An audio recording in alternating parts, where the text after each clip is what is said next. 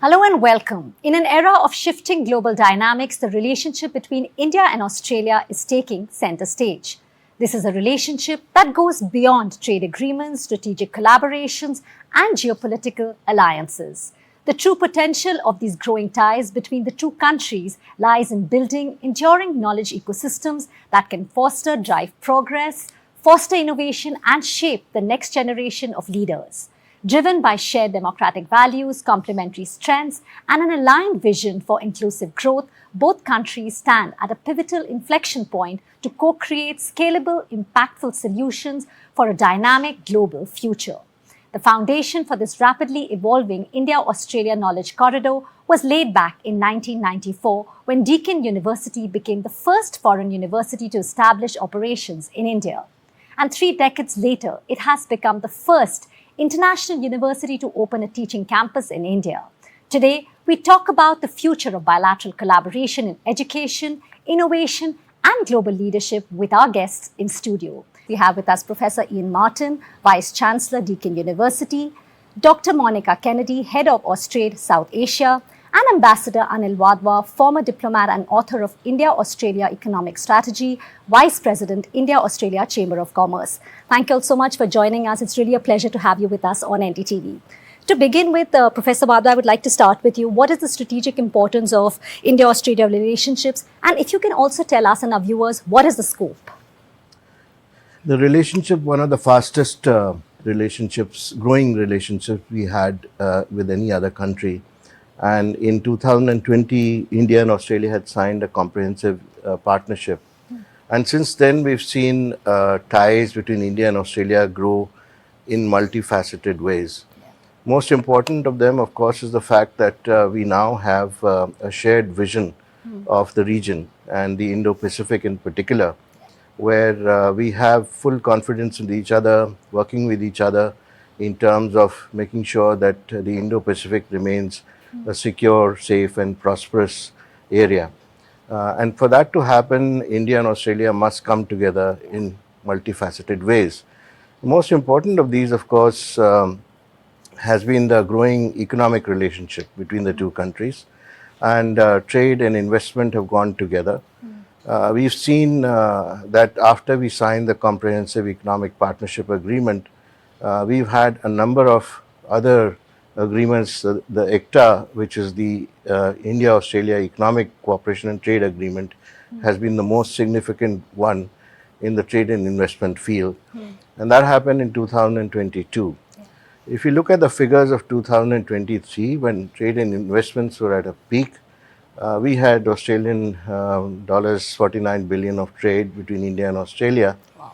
And we had investments of around 19 billion from Australia into India and another 35 billion from India into Australia.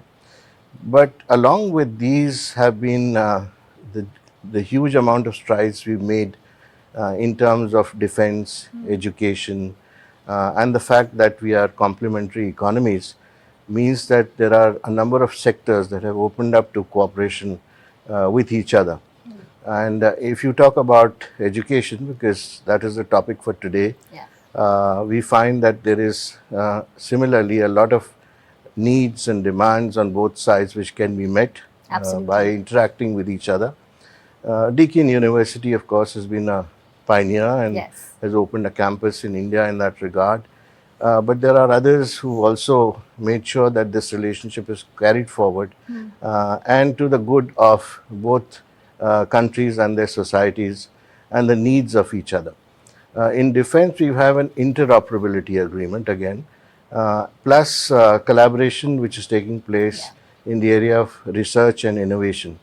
And science and technology, research and innovation, our economic and investment ties, they are all propelling this relationship further. It's based on innovation, it's based on new areas of cooperation, and education plays a very important role. I think you've really put that well, on how important it is for both the countries to come together. If I could come to you, Dr. Kennedy, from your perspective, Professor Wadhwa has already explained us the numbers. But if I can ask you what geopolitical as well as economic factors are accelerating the India-Australia the convergence, if I can ask you about the strategic convergence, especially in education, skilling, as well as research, because all three are equally important.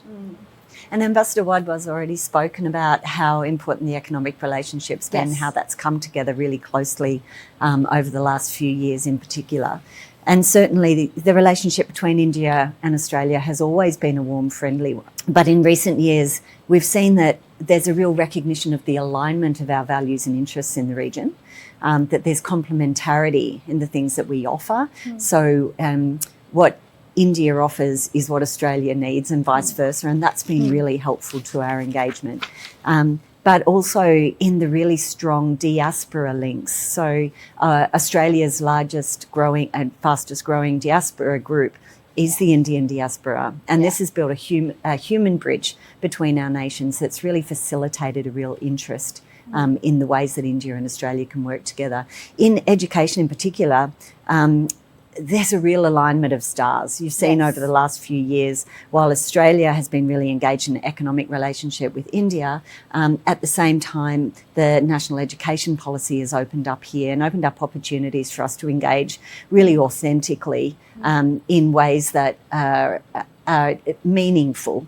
The new roadmap for Australia-India engagement is one that maintains education at the centre and sees that education is a really important part of our relationship. It's facilitated by the kinds of partnerships that have developed over time between India's fabulous institutions and Australia's fabulous education system. And it's one that's enabled in this moment by a consolidation of regulatory environment, along with some of the provisions in the Economic Cooperation and Trade Agreement that mean that Australia and India are really tightly linked in education, particularly through mutual recognition of qualifications, for example. And I really love the term what you used, human bridge. That really makes you think that how important that bridge is and keep this relationship going. Absolutely. Professor Martin, if I can ask you, like Deakin, we've spoken about it earlier, Deakin University has been a long-standing partner when it comes to India. And I want to ask you about the Gift City campus. It is a key milestone. How is Deakin reimagining the global education to align with bilateral priorities? And specifically, if I can ask you about NEP 2020, which Dr. Kennedy has also spoken about. So if we start with NEP, we couldn't be doing what we're doing in India now without the enablement that NEP gave us. When the opportunity to launch the campus in Gift City came up, we seized it and implemented in a very short period of time. And again, I think that speed of response is testament to the changes that India is bringing about in its systems and processes. Again, would not have been possible without that enablement. Gift City is part of our education mission in India, but it's not the only part. But I'd like to build on a couple of the words. The future of both of our nations relies on new technologies, the innovation to put those new technologies into the community, but probably above all else, the skills of people to develop the technologies, innovate the technologies, and use the technologies. And that's where I think the university world, the business world, and the government world come together to actually start to shape this for the future of both of our nations. Our nations are complementary. We have many shared problems around water management, around biosecurity, around food security. We are very different. We have very different geographies, very different populations. And that complementarity, I think, brings great strength to our 30-year relationship. And certainly for us, GIFT is one part of that 30-year relationship, but the ability to be the first, to put a bricks and mortar campus there and actually start to bring our students alongside industry, enabled by government. I think you asked me what the future is. The future is very much those three pillars coming together to weave that future, to create the skilled workforce that will underpin the economic and social well-being of both of our nations. Absolutely, that's really well put. But we have, Professor Wadhwa, we've spoken about the NEP, but if I can specifically ask you about NEP 2020, moving a little beyond that, the strategic role that academia plays in equipping, we've been talking about, future, right? So in equipping future-ready workforce that meets the evolving demands of both India as well as Australia industries. And if you could also keep innovation in that in mind. Yes. So I think that's a very interesting question. You see, you have a new demands coming up from the societies in both countries, especially in India as it moves from, it's a transition from one of the transitions that I would particularly like to pick on is the e-transition. For example, moving into reliance on critical minerals and new materials, new and renewable energy, for instance. Now, in all these, you require in a ready workforce for the industry, and that has thrown up new demands of the society. So, Australia has got an experience. Its universities are well equipped to tailor their courses to make sure that there is a industry-ready workforce in all the new areas that India is now coming up with. Yeah. This is only going to grow in future. We've seen a trend now of students willing to branch off into new fields. Yeah. There is also a demand in the society for things like even for things like arts and music and museology, for instance, which have all come up in the past decade or so. Yes. We have students who are demanding new areas where they could venture into because they feel that there will be new opportunities for them in the new fields. It's no longer a stereotype. And that's where Australia steps in with the venture that Deakin, for example, has in Gift City. They've chosen very carefully the courses that the society is in need of. Now, coming to industry, because industry has also got particular demands now with this new age economy. So they would be very willing, I think, in the new circumstances to work with academia. But academia is the one which has to take the lead. The government has to be supportive. And if the government is supportive, then everything would fall into place. We also need a lot of collaboration at the governmental level for mutual recognition of degrees, for instance. And for that, the governments have put into place some very effective mechanisms, like mutual recognition of degrees.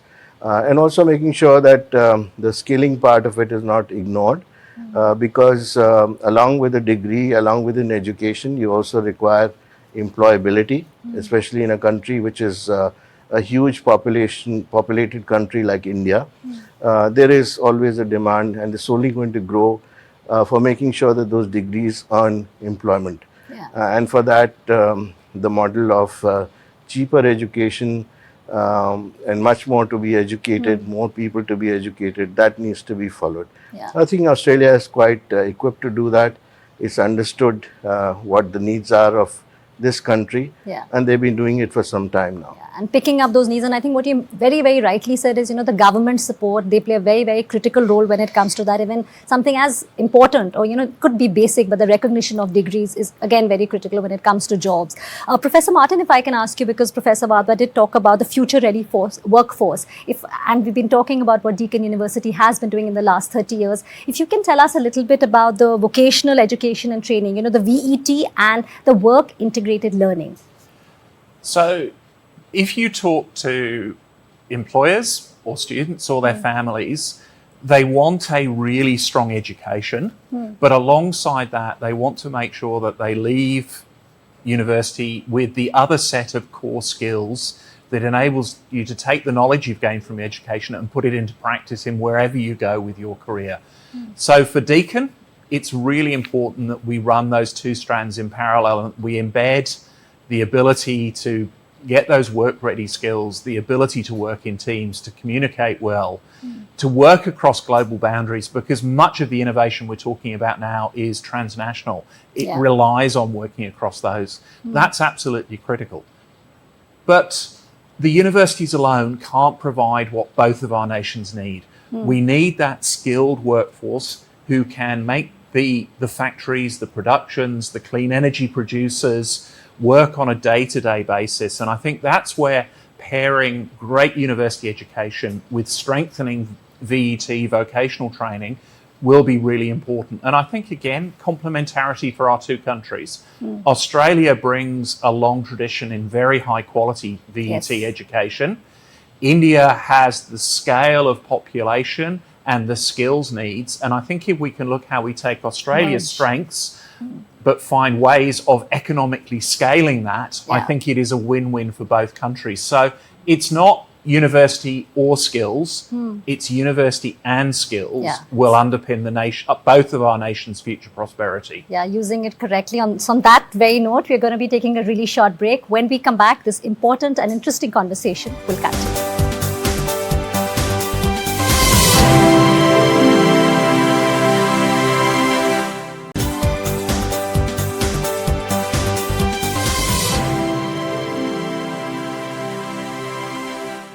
Welcome back. So, in this interesting conversation, Dr. Kennedy, I want to ask you, we were talking about how both the countries can actually learn, pick up, and, work together to make it better for both. If I can ask you the role again, just taking from what Professor Martin had said when it comes to skilling as, and training. So, VET actually, vocational. Yeah, before the break, Professor Martin was talking about how we talk about higher education and vocational education separately, but actually what we need, what India needs and what Australia needs is the integration of skills and higher education, and sometimes the development of skills for specific tasks, specific work in Indian industry is absolutely the focus. And I think sometimes when we think about Australian education, we're really focused on university education. But the reason that Australia has such a high concentration of world-leading universities is because we have a brilliant education system. It's a very high-quality education system underpinned by great frameworks, a really strong regulatory system, and it's enabled us to have great universities, but also have great skills provision as well.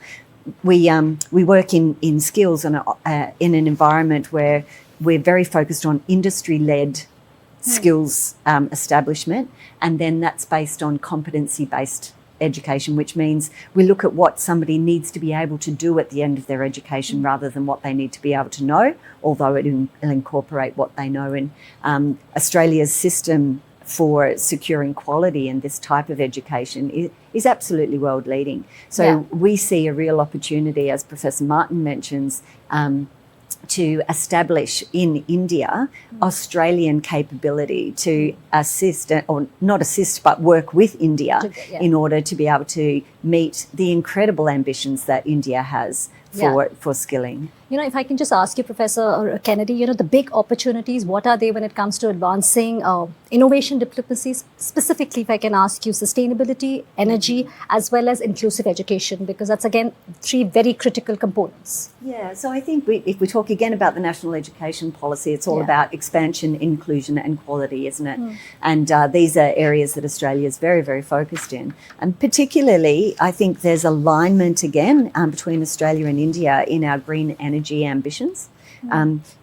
India's ambition for renewable energy is absolutely extraordinary, and Australia's capability, particularly in solar power, but also in our opportunity to be able to partner for knowledge exchange right across the green economy suite is really important. And the Australian Trade and Investment Commission, where I work, it's absolutely what we're focused on, ways in which we can engage fruitfully in a bilateral arrangement to support each nation's green energy ambitions. So I'd say that there's lots of opportunity for skills in that area, of course, but we're also seeing really a strong opportunity and willingness to engage in things like AI and cybersecurity, these areas where India has had such strength over such an enduring period of time, absolutely world leading in these areas, where we see that Australia can learn from India and that India and Australia will have fabulous and enduring relationships.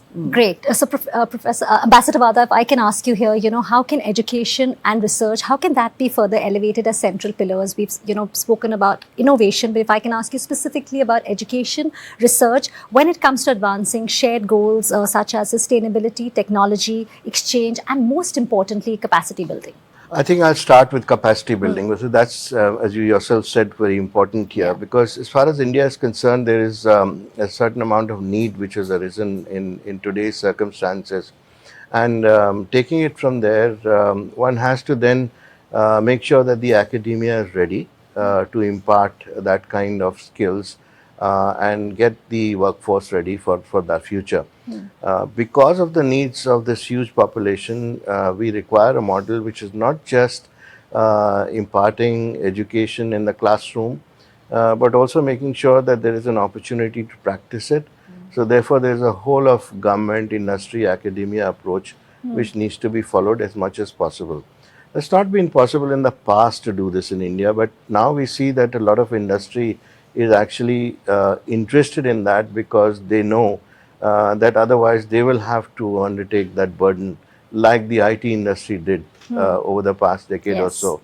And after in 2000, we saw that most of the IT companies trained a number of engineers into new skills at their own cost. But if the academia can do that from the beginning itself and have a focus on those kind of areas, then it's much better for the industry, and they can absorb that workforce also Yeah. much more easily. I come back to my point about making sure that this kind of education, which is a combination of academic skills and also practical skills, that should be done on a cost-effective basis. Yeah. Last question. I know we're running short of time, but because the ambassador's spoken about cost, also I want to ask you. So there are going to be two questions. One is about the scholarship which you have. You've been with Deakin University for 6 years. You'll have a vice chancellor scholarship. If you can briefly tell us about that, and also looking ahead, how do you think emerging platforms like the GIFT City campus reflect on the future of global education, and how can they prepare when we talk about the students? How can they be impactful contributors to India-Australia knowledge economy? So two parts. So the cost, clearly the investment that a student and their family makes in education is significant, and we recognise that cost. One of the things that Deakin takes great pride in is the amount we give back through the scholarship program. Over 30 years, it's been more than 50 million Australian dollars. My maths isn't good enough quickly to translate that into rupees, but it's a good number of crore rupee invested back. And part of that is the Vice-Chancellor's scholarships, where we recognise outstanding, young, talented, gifted students who perhaps haven't got the ability to pay themselves. And we have a range ranging from 100% scholarships for the very, very best. And these are quite extraordinary students I love engaging with. So we recognise that. But also we're looking at addressing costs through different models. GIFT is one of those ways. The 2+2 hub arrangements that we have with a number of leading universities, it's not cheap, but it's significantly less of an investment that you'd have to make to spend 4 years in Australia. So we're always looking at ways that we can use Deakin's educational excellence, but combine it with new approaches, innovative ideas and technology to reduce the cost. Okay, I think that's very well said. But thank you all so much. It's really been a pleasure to have all three of you with us in our studio. Thank you all so much for joining us. Thank you.